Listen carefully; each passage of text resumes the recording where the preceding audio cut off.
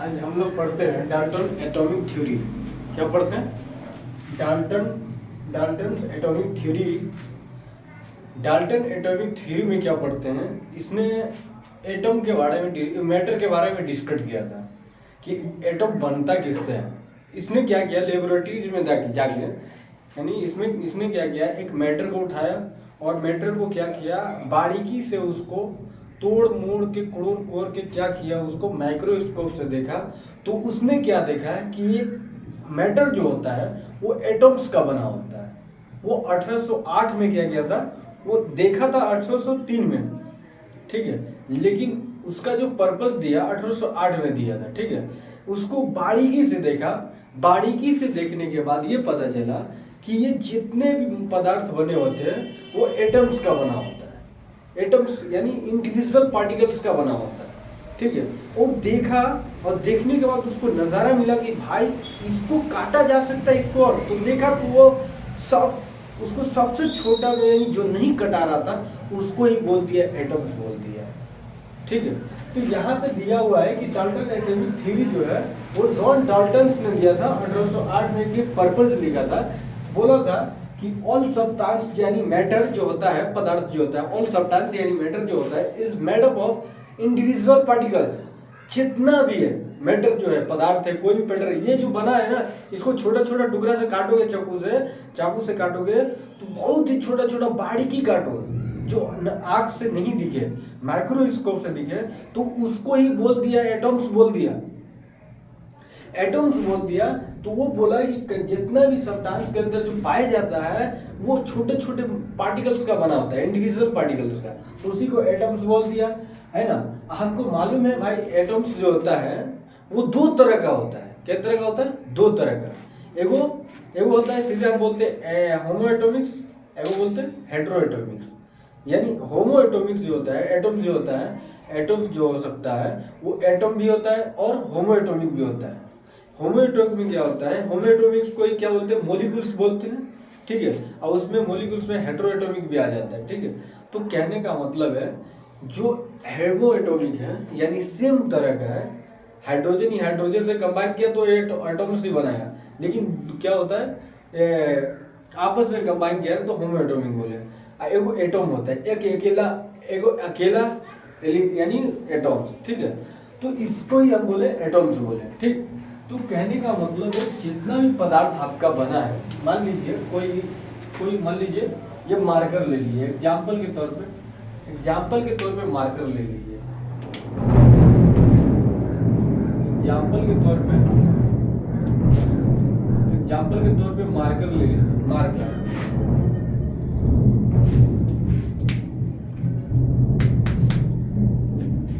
Example के तौर पे मार्कर ले लीजिए। देखिए अभी नहीं चल रहा है, बाद में बताएंगे। देखिए अब देखिए एटम्स कंटेन्स इलेक्ट्रॉन प्रोटॉन। आपका जितना भी एटम्स जो होता है ना, एटम्स को बांटा जा सकता है लेकिन तोड़ा नहीं जा सकता। इलेक्ट्रॉन प्रोटॉन और न्यूट्रॉन यानी एटम्स के अंदर एटम्स को काटा नहीं जा सकता। ये नहीं बोलिएगा कि एटम्स को काट कर इलेक्ट्रॉन प्रोटॉन निकला, नहीं। यानी एटम्स एक लास्ट ऐसा सबसे स्मॉलेस्ट पार्टिकल है, फंडामेंटल पार्टिकल्स है जिसको तोड़ा नहीं जा सकता है, लेकिन उसी के अंदर इलेक्ट्रॉन प्रोटॉन और न्यूट्रॉन मिला। देखिए ये मान लीजिए कोई एटम्स है, चलता ही नहीं है यार, ये मान लीजिए कोई एटम्स है, ठीक है। एटम्स के अंदर आपको क्या मिला, प्रोटॉन मिला। ये मान लीजिए ये हो गया न्यूक्लियस के अंदर प्रोटॉन और न्यूट्रॉन, और बाहर क्या होता है, ये इलेक्ट्रॉन नाचता रहता है, ठीक है, इलेक्ट्रॉन नाचता रहता है। तो कहने का मतलब है ये जो हुआ ये लास्ट एटॉम है जिसको काटा नहीं जा सकता, लेकिन उसके अंदर प्रोटॉन न्यूट्रॉन यानी इलेक्ट्रॉन रहता है, ठीक है। तो इसी को हम लोग बोलते हैं, ये पहला थ्योरम ये दिया था, है ना। All atoms of a given element have identical properties including identical mass, and atoms of different elements differ in mass। कहने का मतलब है कि जब हमने एटम्स को क्या किया, एक सब्सटेंस को तोड़ दिया, तोड़ने के बाद वो एलिमेंट से ही बना होगा। एलिमेंट्स जो होता है उसके अंदर जो सब्सटेंस के अंदर जो एलिमेंट्स है यानी एटम्स है, एटम्स जो बना होगा, बहुत सारे एटम्स होता है ना, वो बना होगा। तो उसका जो एटम्स होगा, प्रत्येक एटम्स जो एटम होगा, प्रत्येक एटम यानी एलिमेंट्स का जो एटम्स होगा, प्रत्येक एटम वो बना होगा आइडेंटिकल प्रॉपर्टीज होगा, मतलब सेम प्रॉपर्टीज होगा, उसका मास भी सेम होगा। यानी देखिए एग्जांपल के तौर पे ये ले लीजिए, इसमें हाइड्रोजन है, ये हाइड्रोजन एलिमेंट्स है, हाइड्रोजन एलिमेंट्स, ठीक है, हाइड्रोजन एलिमेंट्स है। तो इसमें अंदर, इसके अंदर हाइड्रोजन एटम्स ही होगा, यानी सब बना होगा, ठीक है। ये मान लीजिए हाइड्रोजन है, हाइड्रोजन के बहुत सारे एटम्स होंगे। हाइड्रोजन एक एलिमेंट है लेकिन इसके अंदर जो एटम्स पाया जाता है बहुत सारा एटम्स होगा, बहुत सारा एटम्स होगा। तो इसको बोला है कि ये बहुत क्या होगा कि इसका जो आइडेंटिकल प्रॉपर्टीज होगा, सबका आइडेंटिकल प्रॉपर्टीज होगा, पहचानने वाला इसका सेम होगा। क्या होगा? सेम होगा। मास सेम होगा, देखिए क्या बोल रहा है, मास सेम होगा, ठीक है, प्रॉपर्टीज सेम होगा, और है ना प्रॉपर्टीज सेम होगा। हाइड्रोजन हो गया, इसका प्रॉपर्टीज क्या होगा, हाइड्रोजन के अंदर जो जितना एलिमेंट्स है, हाइड्रोजन क्या एलिमेंट्स है, देखिए 118 एलिमेंट्स होता है, 118 एलिमेंट्स का सबका मास क्या होता है, अलग अलग होता है। लेकिन अगर सिर्फ हाइड्रोजन एलिमेंट्स को लोगे और उसके हाइड्रोजन एलिमेंट्स के सब में क्या हाइड्रोजन एलिमेंट्स है, और उसी के अंदर हाइड्रोजन एलिमेंट्स के अंदर जो एटम्स होगा वो सब का एटम्स क्या होगा, एटम्स मास जो होगा वो सेम होगा, मास होगा, प्रॉपर्टीज होगा, है ना, मास रेशियो होगा, डायरेक्ट क्या होगा, सेम होगा, ठीक है, एक सब्सटेंस के अंदर जो पाया जाएगा, ठीक है। तो कहने का मतलब ये सेम होता है। लेकिन यहीं पे आप क्या बोल रहे हैं, डिफर इन मास, है ना, differ elements and differ elements, differ elements in differ mass. अगर ऑक्सीजन को लोगे तो ऑक्सीजन का मास कितना होता है, 8 गुना 16, 16 ऑक्सीजन होता है, 16 मास होता है। हाइड्रोजन का 1 मास होता है, ठीक है, हाइड्रोजन का 1 मास होता है। अब यहाँ पे 1 मास होता है, तो कहने का मतलब ऑक्सीजन को लेंगे तो ऑक्सीजन का मास तो 16 है, ठीक है।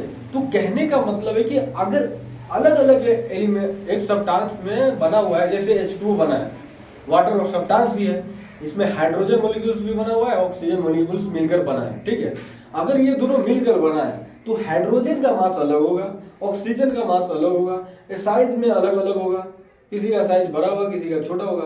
तो इसी को हम लोग क्या बोले, एक थ्योरी दिया, ठीक है। देखिए इसका मास देखिए, ये ऑक्सीजन है, ऑक्सीजन देखिए मास, देखिए इसका मास, यानी इसका जो साइज होगा ये अलग होगा, मास भी अलग होगा, ऑक्सीजन का मास भी अलग होगा, ये हाइड्रोजन का अलग होगा, ठीक है, इसका साइज भी अलग होगा। देखिए differ elements in differ in mass, प्रत्येक एलिमेंट्स का जो एटम्स होगा, देखिए एटम्स है ना, सबका अलग अलग होगा, मास भी डिफरेंट, 16 है ऑक्सीजन का, हाइड्रोजन का 1 है, सबका अलग अलग होगा। तो यही बोला था कि अलग अलग होगा, ठीक है, उतार लीजिएगा। हाँ ठीक है, डिफरेंस इन मास हो गया, प्रॉपर्टीज सेम अलग अलग होगा। हम दिखा दिए एग्जाम्पल कौन कौन है, ठीक है, एग्जाम्पल ले लीजिए।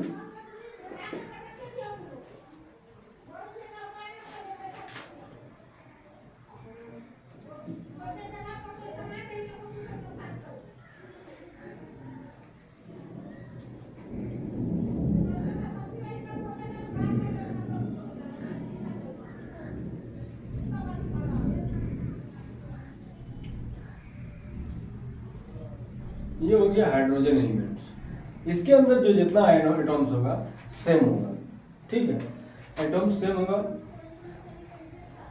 ऑल एटम्स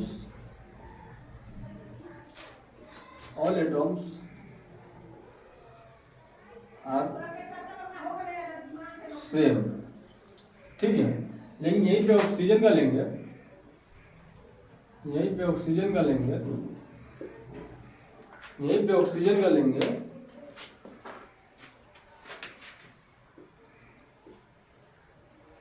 यहीं पे ऑक्सीजन का लेंगे तो क्या होगा, इस तरह भी बांट दीजिए, कोई दिक्कत नहीं। ठीक है, ऑक्सीजन का लेंगे तो सबका क्या होगा, अलग अलग होगा, सबका अलग अलग होगा। ये खन्ना देख लीजिए, खन्ना ही क्या है आपका हुआ है।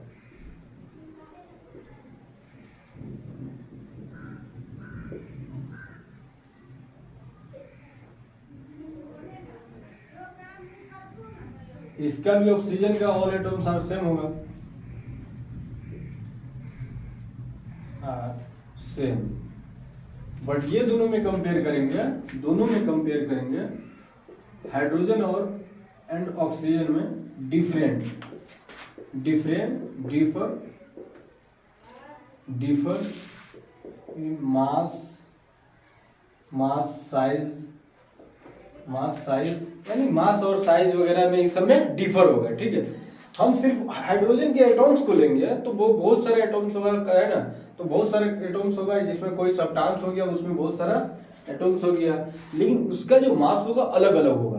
दोनों का, ऑक्सीजन का हाइड्रोजन का मास अलग अलग होगा। H2 वाटर ले लो, सब्सटेंस ले लो, उसके अंदर हाइड्रोजन मॉलिक्यूल का जितना भी ये होगा ना एटॉम्स होगा, वो सब डिफरेंट होगा। ठीक है, सेम होगा, हाइड्रोजन में सिर्फ एटॉम्स का सेम होगा, ऑक्सीजन में सिर्फ ऑक्सीजन का सेम होगा। बट ऑक्सीजन और हाइड्रोजन बोलोगे तो अलग अलग मिलेगा, मास अलग मिलेगा, साइज अलग मिलेगा। उसी को बोला था डाल्टन एटॉमिक थ्योरी बोला था। ठीक है ना, उसी को बोला था। अब आया एनी कंपाउंड्स प्रोडक्ट या are formed when atoms of different elements differ in mass. कहने का मतलब है, इसलिए बोला कि भाई कोई भी एलिमेंट्स अगर भाग ले रहा है किसमें, रिएक्टेंट में, तो भाग लेगा तो कोई प्रोडक्ट बनाएगा, सब्सटेंस बनाएगा या कंपाउंड्स बनाएगा। तो जब बनाएगा तो उसका क्या होगा, एटॉम्स डिफर इन मास। तो ये डिफिनाइट क्या हो जाएगा, डिफर इन मास रेशियो। क्या, डिफर इन मास रेशियो। ठीक है, कहने का मतलब है अलग अलग मास रेशियो वाला एक कंपाउंड बनाएगा। ठीक है, फिक्स्ड मास रेशियो लिखना चाहिए, differ elements when atoms of differ elements in fixed मास।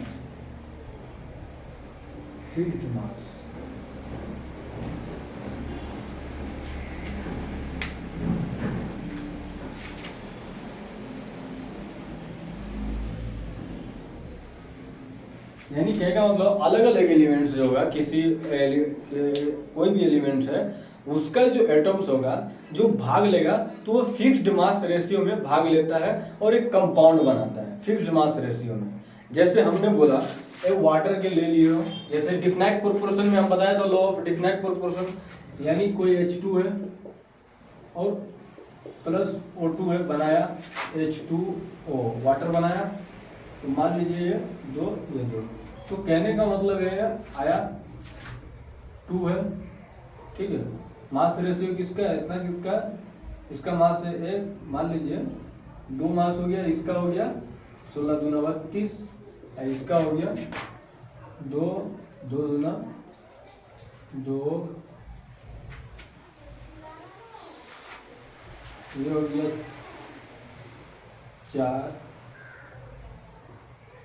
4 हो गया 16 दूना 32, ये हो गया 4 हो गया 16 दूना 32। ठीक है,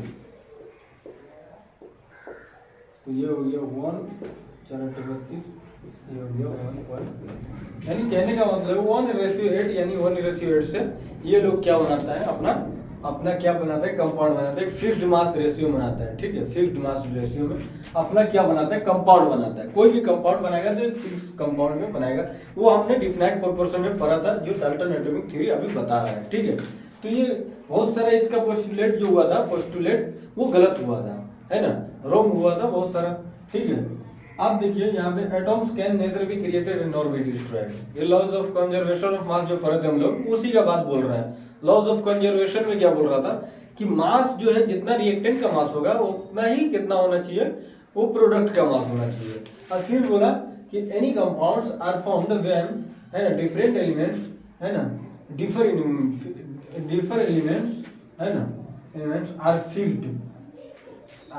इन फिक्स्ड मास, ठीक है। फिक्स्ड मास में क्या करता है, ये अपना कंपाउंड बनाता है, ठीक है। कोई वो अलग अलग एलिमेंट्स होगा फिक्स्ड मास रेशियो में, बोले यही है, ठीक है। और क्या होता है, बट देखिए यानी कि ये न मास कभी बनता है न कभी डिस्ट्रॉय होगा। एटम्स का क्या होगा, atoms can neither be created, atoms को बनाया नहीं जा सकता, एक्स्ट्रा एलिमेंट्स दिया है, ठीक है, बनाया नहीं जा सकता, वो डिस्ट्रॉय भी नहीं किया जा सकता है ना, ठीक है। तो उसी को बोलते हैं एटॉमिक थ्योरी। इतना ही दिया था, बट सब एटॉमिक डिवाइडेड किया जा सकता है, मतलब उसमें बोल दिया है कि इसमें इलेक्ट्रॉन प्रोटॉन न्यूट्रॉन होता है। यानी एटॉम्स को आप कहीं भी आप डिवाइड नहीं कर सकते, यानी तोड़ नहीं सकते, उन्हें खत्म कर सकते, वो बहुत छोटा पार्टिकल्स है। आप इंडिविजुअल आप क्या सकते हैं, मतलब आप माइक्रोस्कोप से अलावा किसी से नहीं देख सकते हो। उसी को बोला न्यूटन एटॉमिक थ्योरी, है ना। यानी ये हो गया।